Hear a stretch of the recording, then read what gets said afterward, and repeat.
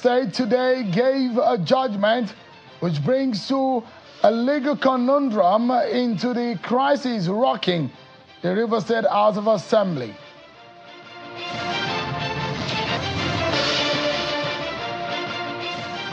And some federal lawmakers are seeking a single 6-year term for presidents and governors.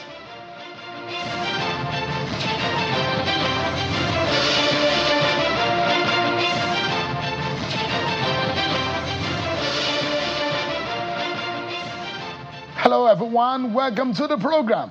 This is Politics Today live on Channels Television. I'm Sean Kimaloe in Abuja. Let's begin bringing you up to speed with stories coming from Lagos. We can tell you that now Governor Babajide Sanwo-Olu of Lagos is now the chair of the Southwest Governors Forum.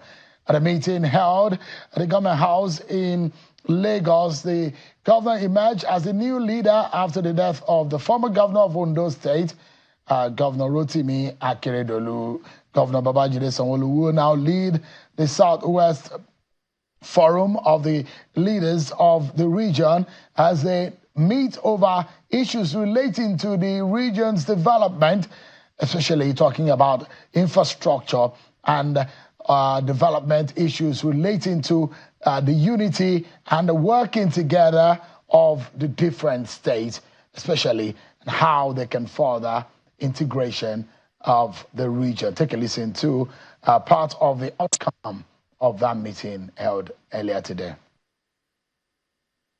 All right, then let's bring you up to speed with some of the other political stories that we are monitoring for you on our political roundup.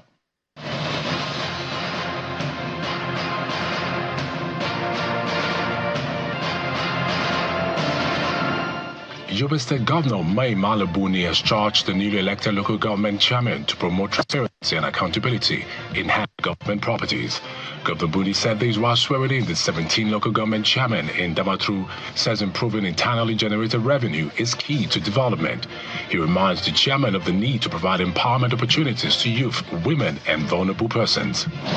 Meanwhile, Plateau State Governor Mr. Kale Muftuak has denied tampering with local government funds in the state and challenges those accusing state governors to be categorical rather than making sweeping statements on mismanagement of local government funds.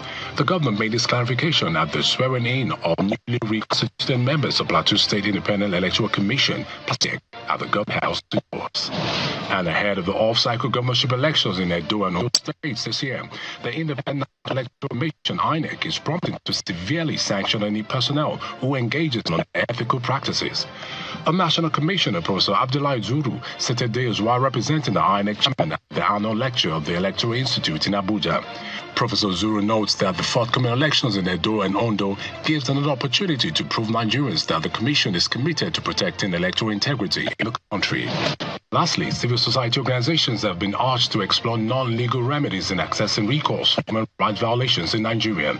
The Executive Director of Policy and Legal Advocacy Center, Mr. Clement Nwankwo, said these are the dialogue session with civil society organizations on human rights abuses in the country.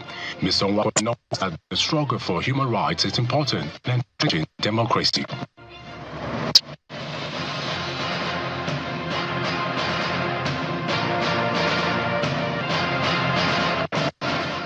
So much. Let's tell you some development in the National Assembly. Some lawmakers in the House of Representatives are seeking the creation of offices for one single term of 6 years for presidents and governors. And they're also seeking the creation of 2 vice presidents, one for the southern region, one from the north for the region. The group of the lawmakers in the House are proposing amendments to the 1999 Constitution, which they believe will improve governance in the country. The group led by Honorable Ikenga Ugochinyere, representing Edato for the constituency of Imo, is proposing a 6-year tenure, a single tenure for the president and the state governors.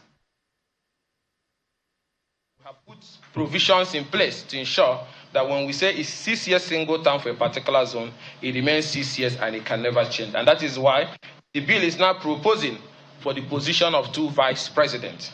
One will be a vice president for succession, which will come from the same zone with the president, and the other one will be vice president administration from the other part of the country.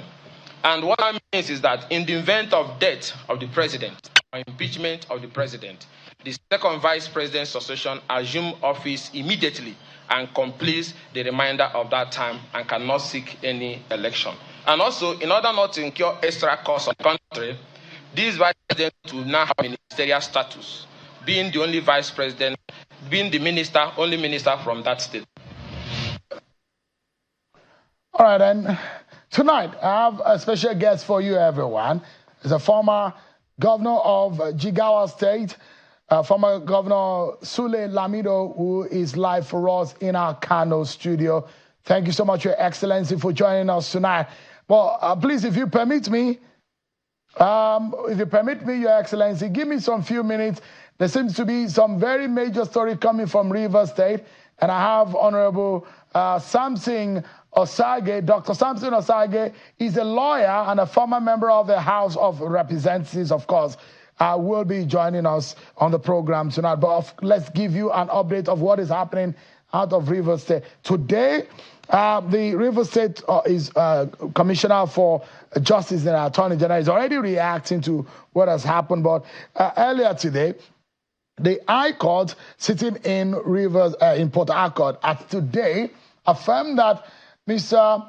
Martin Amawe and 26 other lawmakers who defected from the PDP to the APC remain members of the PDP, according to the court today, that membership of a political party can either be in two ways, either by membership or by being enlisted as members. And he said that defection does not stand, and as such, they remain members of the House of Assembly in Rivers State. Of course, the Rivers State Commissioner for Justice and the Attorney General has been reacting to the judgment coming out of the High Court today. Let me allow you to listen to the Attorney General of Rivers State, who's been reacting, disagreeing with the position of the court today.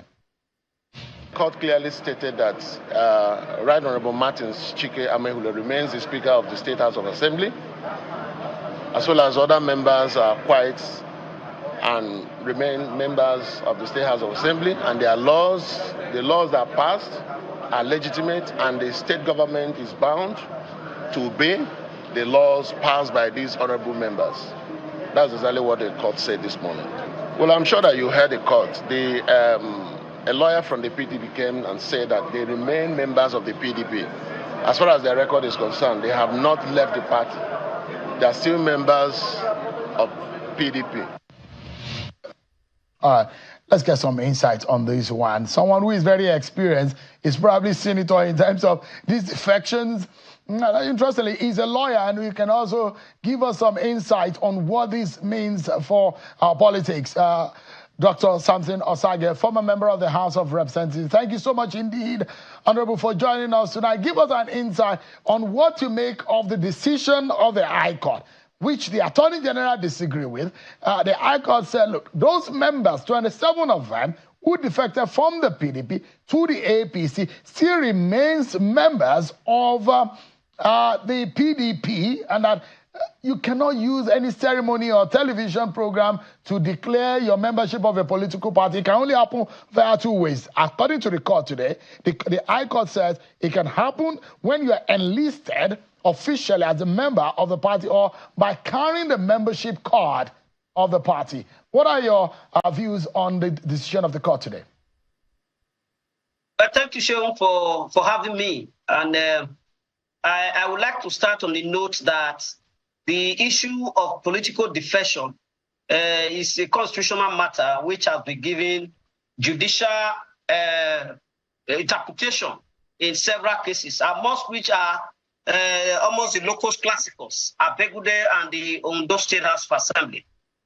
In this particular judgment, where the Rivers State High Court had heard that the 27 members of the Rivers House of Assembly who had last year declared their membership of APC from the PDP are still members of the PDP appears to be strange, because even though the court, in my opinion, was right in saying that to become a member of a political party, you have to be enlisted in the register of the party. You also have to carry a party card. But in the instant case, it will appear to me that the 27 members of the Rivers House of Assembly publicly declared their membership. And there are electronic evidence to that effect. And the 27 members themselves have not denied, even up to now. What I think is that depending on the issues that were submitted to that court for interpretation or adjudication, the court seems to be placing the burden of proving membership of a political party on the plaintiffs or the claimant in that particular instance. But it is important to state that Section 109, subsection 1G of the Constitution makes it quite clear as to what will happen if any member of the legislature, particularly the House of Assembly now, differs from a political party that sponsors this election, except, of course, if there are clear divisions in the party, which makes the party not to be able to function properly. So, strictly speaking and legally speaking, political defection has been outlawed by the Constitution of the Federal Republic of Nigeria. But however, there are exceptions, and those exceptions are meant to be proven by a party who seeks to change his political party platform for another party. So today's judgment is one that should require further judicial intervention, at the Court of Appeal level in order to ascertain. It has moved the issues from losing your seat from decamping from your party to membership of a political party. The question is, what are the criteria for determining the membership of the political party? That is the legal issues that have been raised by today's judgment. And I am sure that the higher courts will have to intervene to give proper interpretation to what constitutes membership of a political party and how somebody can acquire membership of a political party given the circumstances of this particular case. One of the issues raised, which I'd like you to also clarify, the Attorney General of the state is also speaking about jurisdiction of the court of the state high court in hearing a conflict between the state assembly and the issues of defection of a state lawmaker from their political party. And as established in Abegunde versus Ondo State House of Assembly, it was also established that you have to be able to define what a crisis is in the political party, and not just in the local level. It has to be at the highest level of the political party. And so the Attorney General is saying that by the provision of Section 272, subsection 3 of the Nigerian Constitution, that the High Court of the state does not have jurisdiction to hear the matter of defection between the lawmakers and the State House of Assembly. What do you make of that position? Perhaps that explains the position of the law with respect to that issues. But I wouldn't know if that argument was canvassed before the particular judge who delivered this judgment today. If that issue was not canvassed before him, and he did not raise the issue suo motu as a threshold matter to be determined before entering into the merits of the case, then it can be a matter for an appeal because you can raise it at any point in time. But the truth is that the Federal High Court is seized, with issues relating to conflicts arising between two tiers of government or intergovernmental relations. So I agree that when it comes to issues between a political party, between a tier of government and another tier of government, and it involves an agency of government like the INEC, which is necessarily a party in this matter, the Federal High Court is seized of the jurisdiction. It is not just a fundamental right case that both State High Court and Federal High Courts can adjudicate upon.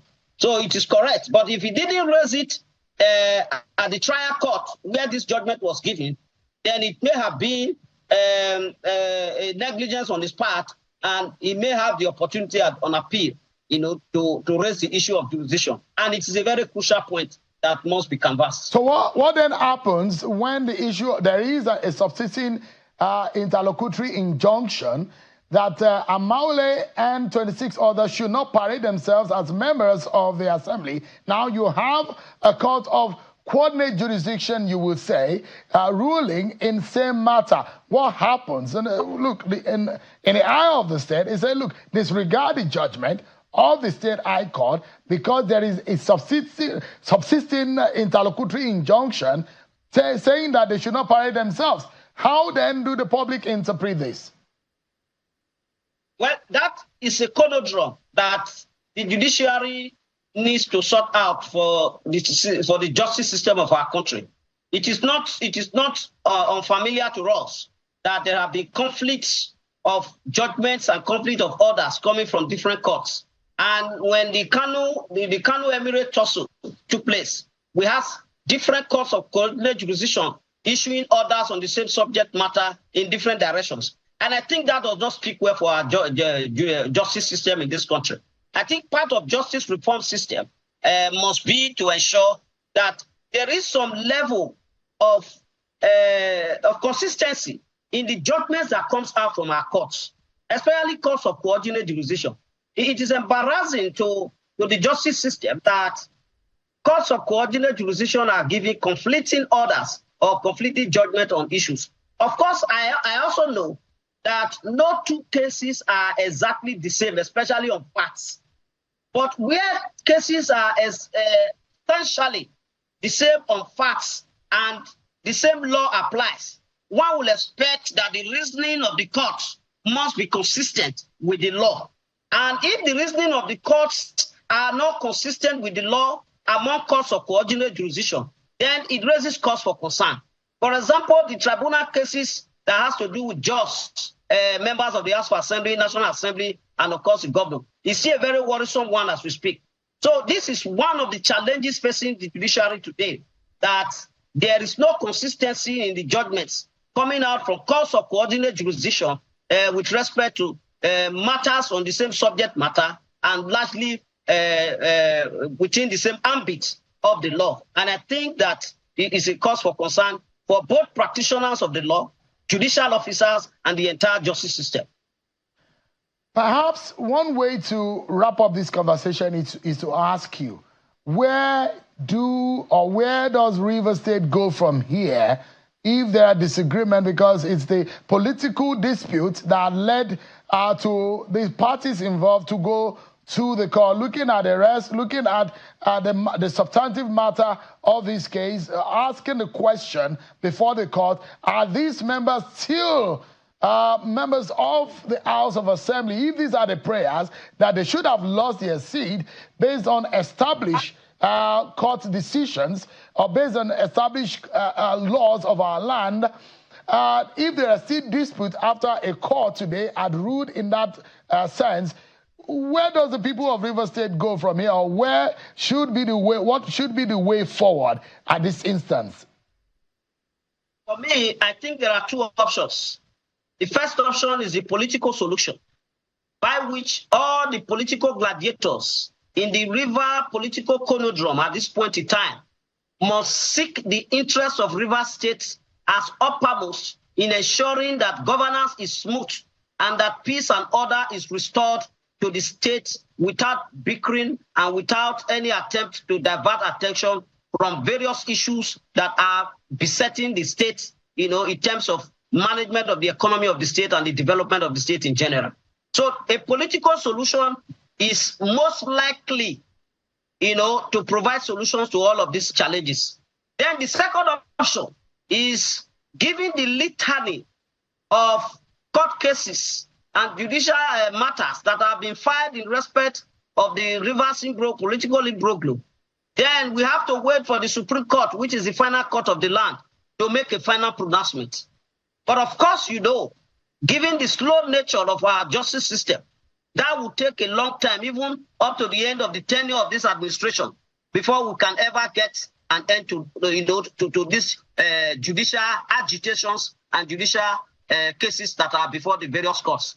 So it is my humble opinion that if Rivers must be spared of the agony of going through a tumultuous tenure in which the political gladiators that have been elected are up in arms against one another, The various leaders of that state must come together and take the interests of the state above their own personal and parochial interests. That is the fastest way that these issues can be resolved. Otherwise, we may have the final judgment of the Supreme Court in any of the matters, even in 2027 and even beyond. And that will not be in the interest of the state. It will be in the interest of the stability of the state. And it will not augur well for the consolidation of democracy in that state. And of course, it will affect the democratic consolidation in Nigeria. Interesting scenario playing out in Rivers State. And Rivers State has never being without some political disputes or drama that we've seen in the past days and weeks and months. And perhaps we'll be hoping to see maybe an end to it for the interest of the Rivers people. Thank you so much indeed, Dr. Samson Osage, a very senior lawyer and a former member of the House of Reps. Thank you so much indeed for sharing your insight and perspectives on this matter with us tonight. Thank you, Seun, for having me. I recall how you escaped some bullets years ago in Rivers State. Yes. But thank you, you are alive to tell the story. Thank you very much. Thank you so much. I appreciate it. Let's now switch gears down and go to our Kano studio, where I'm being joined by a former governor of Jigawa State, former Governor Sule Lamido. It's good to see you, Excellency, and thank you so much for finding time to talk to us on Channels Television. Thank you, Seun. Thank you very much. Good to see you again. Thank you so much. I mean, let me start by getting to hear from you, because we understand that you've been getting some visitation, you've been meeting with some of your political friends. What is in the offing? Are you planning a new political party? Are you planning a merger or alliance? What exactly is going on? Well, thank you, Seun. In view of what we're going to do in Nigeria is a crisis of the party, and the way our government is being run, which we know if you don't have a very strong political system, strong political party, you can't have a very good government. And because the way our party is being run, and apparently because the interest of the government also interfering in our party, we feel that, we have to do something to be able to make sure that, we save the party and in so doing also save Nigeria. So the political reconnaissance we are undertaking is just to consult, like minds, come together, discuss, look at the issues since the loss of power in 2015, what transpired, what has gone wrong, reflect and then interrogate the situation and see how we can move forward. And in this effort, we feel that, if we don't save PDP, Nigeria will be highly affected, and that's what's happening now. So the issue is simply meeting like mind, discussing, sharing views and opinion about our party, how it will be run, and what we went through from 2014 up to the election up to now, and then see whether we can come to a understanding, within us, because the party must first of all internally unite, internally first, before we go to about looking either for merger or whatever you may call it.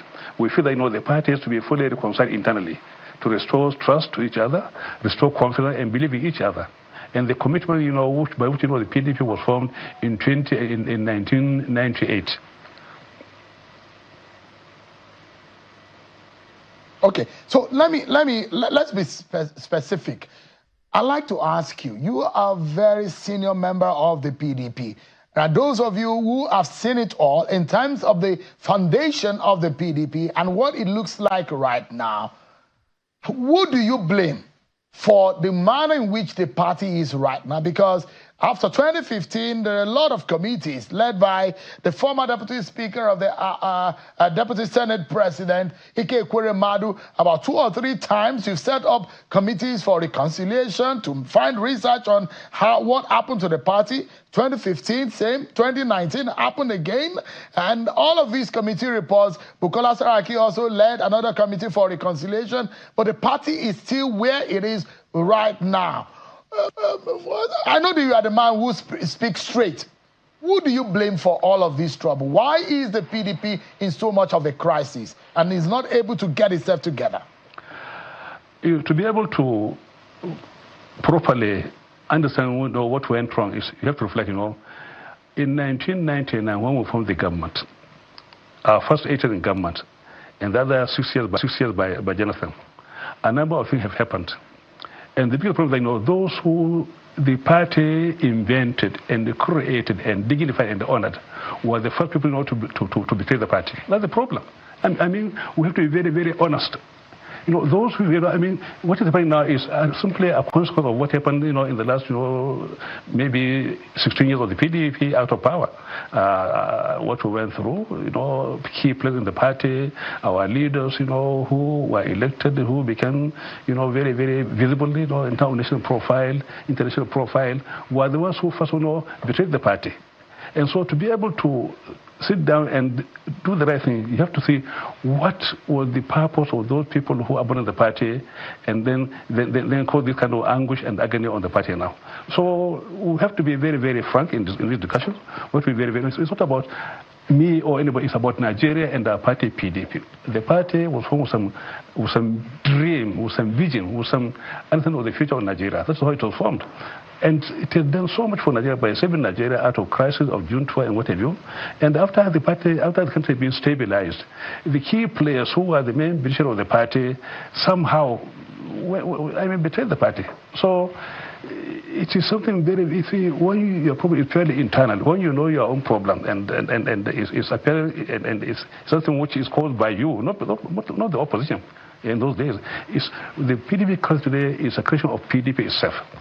Right from 2020, I think 2018, 19 to 20, and then to the formation of the new party leadership. So the political actors who are now our leaders in the party and the people who are leading the party, and then our primary leaders who have been in government, in the last, in the front of the PDP, are the ones who are given the problem. So we should be able to say what went wrong, what are we going to do, how do we reflect, and then how do we then come together and then forgive each other for whatever our mistakes. And think of Nigeria, or think of the country, and come together and maybe save Nigeria.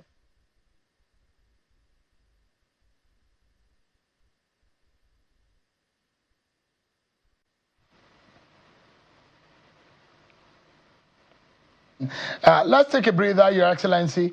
We'll take a short break, and when we come back, our conversation continues on the state of the nation, where we are headed as a people, and perhaps some solutions to our political crises as a people, and of course, governance issue.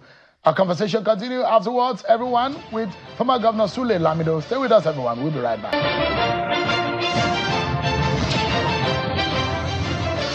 Thank you so much, everyone, for staying with us. Former Governor of Jigawa State, Sule Lamido, has been speaking with us from our Kano studio. Thank you so much indeed. So let's get it. I've seen that there has been some meetings with Mr. Atiku Abubakar. Mr. Peter Obi has met with you, and it does look like we are hearing there is some possibility of a merger or some kind of alliance, political alliance, ahead of 2027. What is it about? Can you tell us? Now, let me make this very, very clear. At the moment, the issue is about, erecting our party, the PDP, restoring the lost trust and lost confidence of our party men. The people now who feel that, the PDP is literally owned by other people. And people cannot be owned. So we're working for to get PDP back. The issue of merger or alliance is not now on our table at all. We'll get there, we'll call the river how we get there. But for now, you see, anybody who talks about merger is not for PDP. We're simply coming together for the party. We're having a meeting very soon as a bit of elders, and then we'll look at the party. You see, Mauro, what has happened between 2015 to 2023? What have we done wrong? What have we done right? And how do we restore the party to its glory, foundation days? So the thing, because the party home front had a vision for this country called Nigeria. Today, Nigerians are divided. Nigerians are impoverished. There is so much pain and anger and agony everywhere. I mean, issue of security. Today, you are using human beings as merchandise of business. So the party called PDP, which has the capacity, the commitment, the discipline, and the vision to save Nigeria, is today owned by some few characters who were nowhere near the party in 1998, who don't understand how the party was formed in 1998, the vision of our founding fathers, their dream and the mission. They have no idea. So they are creation of political office, and they thought, being in that office, they become so the office environment simply, made them feel so secure. They have no idea there's something called Nigeria outside. So let them open the window of their offices, and they find that in Nigeria outside now, there is squalor, there is hunger, there is poverty, there is insecurity, there is so much happening outside. So to us, it's getting the party properly reconciled. Whoever committed any offense, all of us will come together and then forgive each other for the sake of Nigeria. Unite. And then when we unite a single party, single family, stable family, then we can look at But Your Excellency, how do you achieve that? Because the major players or the major protagonists and the antagonists in this matter are still around, and those who are saying that with them in the equation, it's going to be a very difficult task of resolving the PDP internal crisis. How do you hope that you're going to resolve that? We'll do that. It's all because before the current leaders, there are also other leaders. Therefore, the current leaders should be able to reflect and get inspiration from what others did before them. And when you put the country first, it's very, very easy. So I assure you that what you see is about the commitment of the leadership of the elder of the party to restore Nigeria to what it was, to save the party to what it was, so they know we will be able to come together first. So we'll get it. So don't be too pessimistic. We'll get there because we feel we have duty for Nigeria to make sure we restore the PDP to our glory of the 2003 up to 2014 before the election. The country is now gone. So it's not about, people, it's in Nigeria and Nigerians and the country more than anything else. The political parties are the institutions, are the everybody political power. If getting a political power through a party is simply to appropriate power and do something for ourselves glorification, then there's no power. So the power should be for the people, their well-being, their security and everything else. So we'll get there, Sean. Don't worry. We'll get there. Yeah. Let me quickly get your view on this. The meeting with Peter Obi, is it that Mr. Obi is coming back to the PDP? And are you considering a southern presidential candidate for the PDP in 2027? Peter Obi was our running mate in 2019 election, wasn't he? So he was PDP. So what's wrong if he comes back home? What's wrong with that? You see? Is that the case? Is it coming? Has he promised you that he's coming back? What I'm saying, is it a crime if he comes back? What's wrong with you? What's wrong with that if he comes back? Is it a crime? But what happened? Yeah, Your Excellency, what happened with the ambition of Mr. Atiku Abubakar, who said he will continue to run for president? And Mr. Atiku Abubakar is your leader. He's your very good friend. No. You are wrong. You are wrong. PDP cannot be owned by anybody. PDP is owned by the Nigerian people of PDP. So the ambition of Atiku Abubakar is something different. It's his own personal ambition, his own personal feeling, and his right. But then the party, why the platform? Why for him to contest? So to me, when it's free to make a declaration, to me it has no meaning to me. I'm not part of it. I'm more concerned about first, building the PDP, keeping the PDP stable and strong. And when we get there, then at the time we come to produce our candidate, Atiku and anybody who will come in can go and run. Anybody, Atiku, anybody. But then it has no monopoly over this sort of running for the PDP.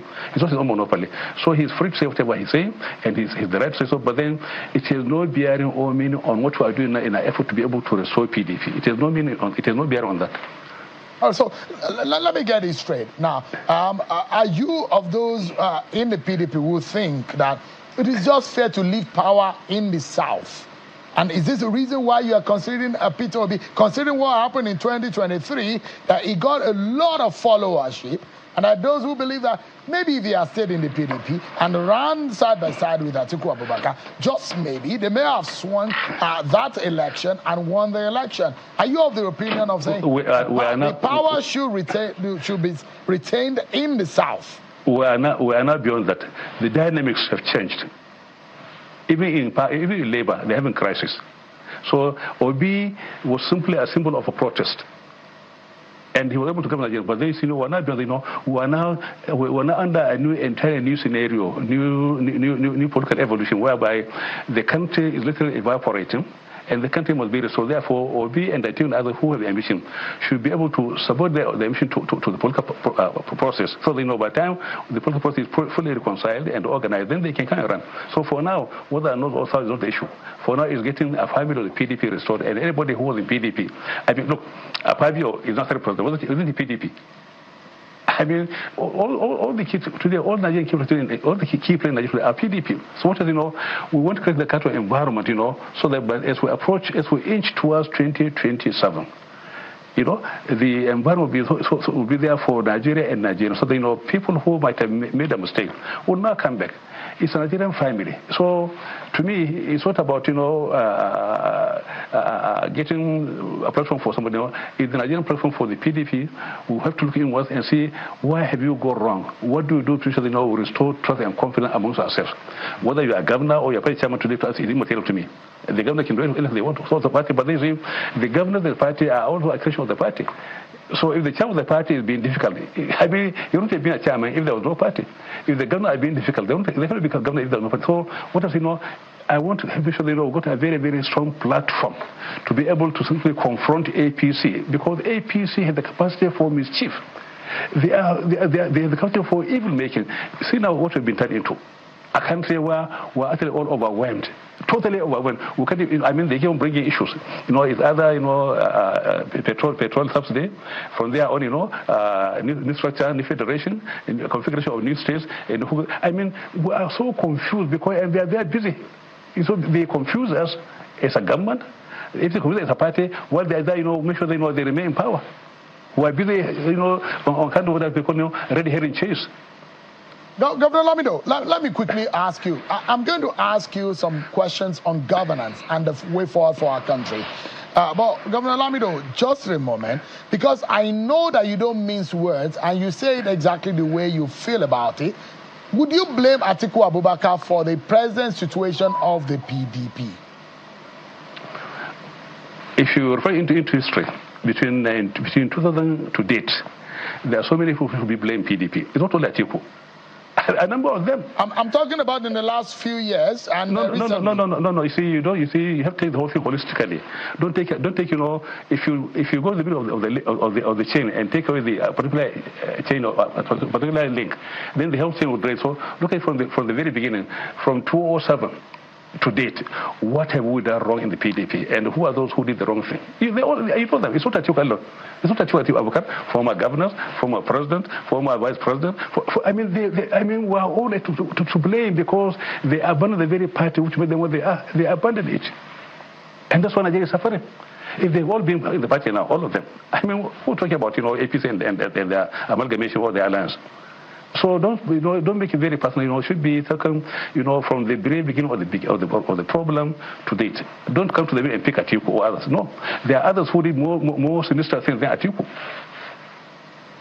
All right, let me ask you: how do you hope to fight the APC at the polls in 2007 with your plans? Because you are of the opinion that you don't think that APC is doing the right thing. But the government of the day will tell you that they are building something and it might bring about the pains, an initial pain, which they describe as to the pains of childbearing, which an initial pain will come. And at the end of the day, there will be joy. Don't you think that maybe the APC, according to them, are building something that will eventually give a hope? They promise renewed hope in their agenda of coming into power. What would you be preaching differently to Nigerians about the PDP, whom you have said had many problems in the past? How do you convince Nigerians that you have an alternative to what they are facing or experiencing under the APC-led government at the moment? Thank you, Shehu. Thank you very much. We see you also as an ally because I saw you yesterday. This is some statistics about inflation, blah blah. I saw you making some analysis. So it means they are also a partner in this program. You are part of us because you are bringing out the federal government on so many key areas. I saw you talking with statistics on percentages and other fellows. So it means you share our own views, you share our own opinion, and you share also our own agony and pain because Nigeria is simply packed up. Thank you very much. So this problem you narrated yesterday with the statistics, are the same thing which will force us to come together and fight APC. Who are those? Who are the partners that you are putting together in this? You in particular, in terms of bringing out the fact they were. I'm on the side of the people. I saw your analysis. I saw your analysis about the country. I mean, they are facts. They are what is happening now. They are what is fine. I'm on the side of the people. Now, it is those worries, those also you made, which will now use and galvanize the country called Nigeria. Thank you, because to us, you are now our first person to us. I mean, you're doing the right thing because you're also involved. You're also a key player and also a stakeholder in Nigeria. Job anyways. You are a stakeholder in Nigeria, Shehu. Apart from that, you are also a stakeholder. If Nigeria packs up, where will you go? So thank you very much because I saw you. And what you did something very, very remarkable by bringing those statistics. And I was highly impressed. So thank you for helping us. But give us an understanding of what is going on. What do you make of what is going on? You know, former Governor Bola Tinubu, who is President Bola Tinubu at the moment. You've worn the similar shoes with him. A former governor, he's a former governor. So, and you wonder that he has the capacity, don't you think, that those who make reference to what he did in Lagos, and that those who think, oh, he has what it takes to be able to change Nigeria situation around. How are you having a doubt about his capacity? I know him very, very well.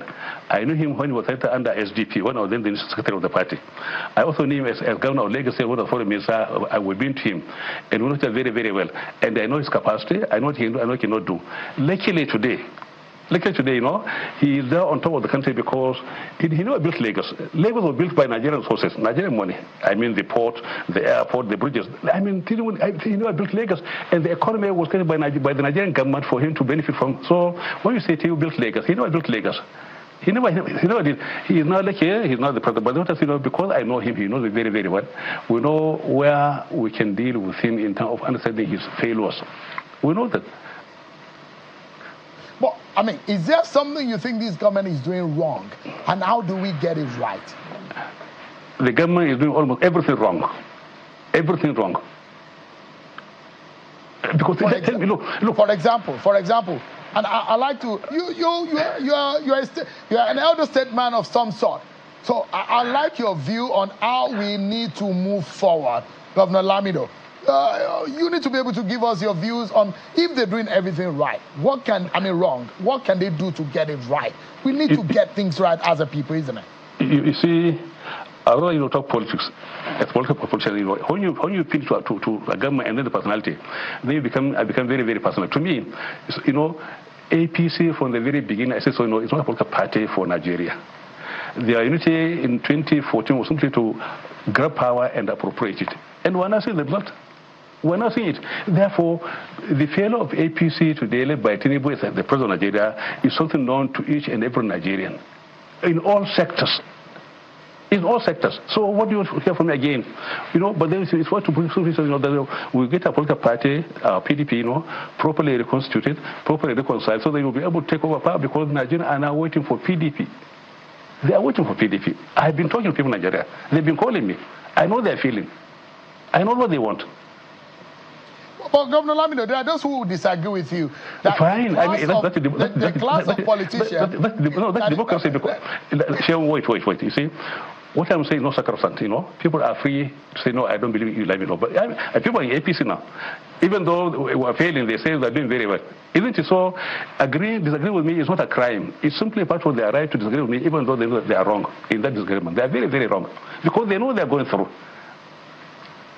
And the reason why I'm saying this, there are those who will hang, not in literal form, some of those of you who are the class of politicians that we've had in the last 20, 25 years. There are those who blame some of you for the kind of Nigeria that we have today. There are those who will say, some of you had the chance of changing Nigeria around, and you did not. But the question is, the Nigeria that we all want. I said so from the very beginning that those of us who, when PDP came to power in 1999, and for them who've been there for 16 years through Obasanjo, Erdogan, and Jonathan, a number of mistakes were made. We became deluded by power. We made so many mistakes. Therefore, that's why we're having this kind of consequence of suffering today under APC. So, we have to go back and say, why have we gone wrong? Let's come together first go Nigeria and then. Have you realized that, Governor Lamido? Have you realized what you have done wrong as a class of politician? Because the political elite are being blamed for the problems of Nigeria today, which you are a chief, you are a part of them. I have been saying, so see, for instance, a party which made you a governor, dignified you and honored you. You left the party and went and joined opposition to destroy your own party. Is that something new? Is that news? It just happened in Nigeria, isn't it? So we all knew what we did wrong. If those who went to betray PDP had remained PDP, had been more patient and more tolerant and more patriotic and more caring and more concerned, I mean, there will be no efficient government. So we know our failure, we know what went wrong. We know it. We're not hiding it. No, I'm asking if you can tell us, what did you do wrong? Sure. You mean so Lamido or the party? No, I'm talking about your class of politicians. You said you've looked at the past and you are looking at what you have done wrong. But then I told you that, look, Sure, don't let me, I don't want to be very, very personal, but I said, look, there are people who are honored by the party called PDP in 1999 to 2015. Who are made presidents, vice president, and governors, senators, and ministers. All right? Who abandoned the party and betrayed the cause of the party. Now, if those people had stayed in the party, had done what was right as leaders, because a leader should be able to be a kind of reference point, should be somebody who should be inspiring others to follow, do the right thing. So they know people take their own bearing from him. So we did a number of things wrong as leaders of the party, as those who are honored by the party, and that's why we're today in this kind of status. So that, we'll all come back and forgive each other for our wrong, and then and then come back and restore our trust, our unity, our understanding, and our common vision for Nigeria, and then work for Nigeria. That's what I'm saying. When you say I have to say must aim or must be, there is a problem here. Yeah. If you within it's your problem. It's your problem. It's your problem. It's your problem. So what I'm it's your problem, Shehu. Yeah, no, what I'm saying is there is one thing for you to forgive yourselves within your group. It's another thing for the Nigerian people to forgive your group as politicians. So the question I'm asking is, can you describe to us, Governor Lamido, tonight, what I'm saying, of leader? What I'm saying? No. Shehu, Nigeria are not here a conversation. They're hearing you, they're hearing me. They hear what you're saying, they hear what I'm saying. So let them decide what we are saying, and then from there take their own direction, take their own cue. I mean, you cannot be the chief advocate of Nigeria. You can't be the chief advocate. You can't be. And you don't also get me programmed to simply answer the way you wish me to answer. I'm not a machine which you are going to manipulate. And they also say so. I will not say what you want here. So let me ask you quickly, sir. Yes. Can you describe for us? Since you disagree with the leadership of Bola Tinubu and the APC at the moment, and you think that you are bringing up an alternative ahead of 2027, can you describe the kind of leader that Nigeria needs going forward? Again, let me remind you, I have never from day one agreed with Tinubu. I never agreed with him. I'm not part of those who brought him into what he says. So therefore, asking me whether it doesn't even arrive, because from the very beginning, I know the party he was leading under Buhari and the others who know was not a party for Nigeria. It was a party simply for personal achievement of their own interests, which they have achieved, Buhari and Tinubu. So I was never part of them. So why asking me now? I was never part of Tinubu and Buhari. No, I'm asking about your own plan and strategy. You are looking for you are working together with some of your friends and partners ahead of 2027, and you say you are working in the PDP to reform things and forgive yourselves within your okay, fine. But the question is that what kind of leader are you trying to put together to put forward to Nigerians? Try and be patient enough. We are now working very well. We are working very, very hard. Be patient. Wait for the outcome. If you ask me to anticipate, or you are trying to anticipate, it can't work. We are working it's a process which we have to manage before we get there. So don't stop so anticipating. Just keep on praying for us and hoping that we are doing this for Nigeria. That's all. Maybe it's going to be Sule Lamido 2027. Could it be? Hello? I'm saying it could simply be Sule Lamido. We may just have the answer right on the screen right there. The man looking at himself in the mirror right there, Sule Lamido. Could it be the answer for the PDP in 2027? You see, something went wrong, that's why we lost power. You all know it, isn't it? So, you see, what we're today is because we did the wrong thing, or something went wrong, that's why we lost power. We are now working very, very hard, and we are now reflecting, interrogating the past. Why have we gone wrong? What do we do now to make sure we restore our party to what it were?